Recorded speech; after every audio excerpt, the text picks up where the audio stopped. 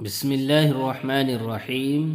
جی ہاں ناظرین، تین چیزوں کا دعویٰ تین چیزوں کے بغیر فضول ہے، بیکار ہے۔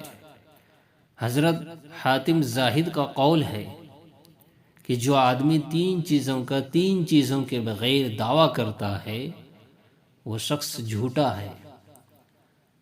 پہلا جو ہے وہ شخص جو اپنے پروردگار کی محبت کا دعوے دار ہے لیکن اس کے حرام سے پرہیز نہیں کرتا۔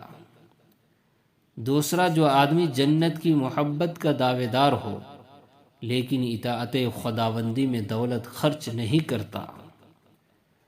تیسرا، وہ شخص جو کہ حضرت صلی اللہ علیہ وسلم کی محبت کا دعوے دار ہو لیکن فقیر لوگوں سے محبت نہیں کرتا اور ان کی صحبت اختیار نہیں کرتا۔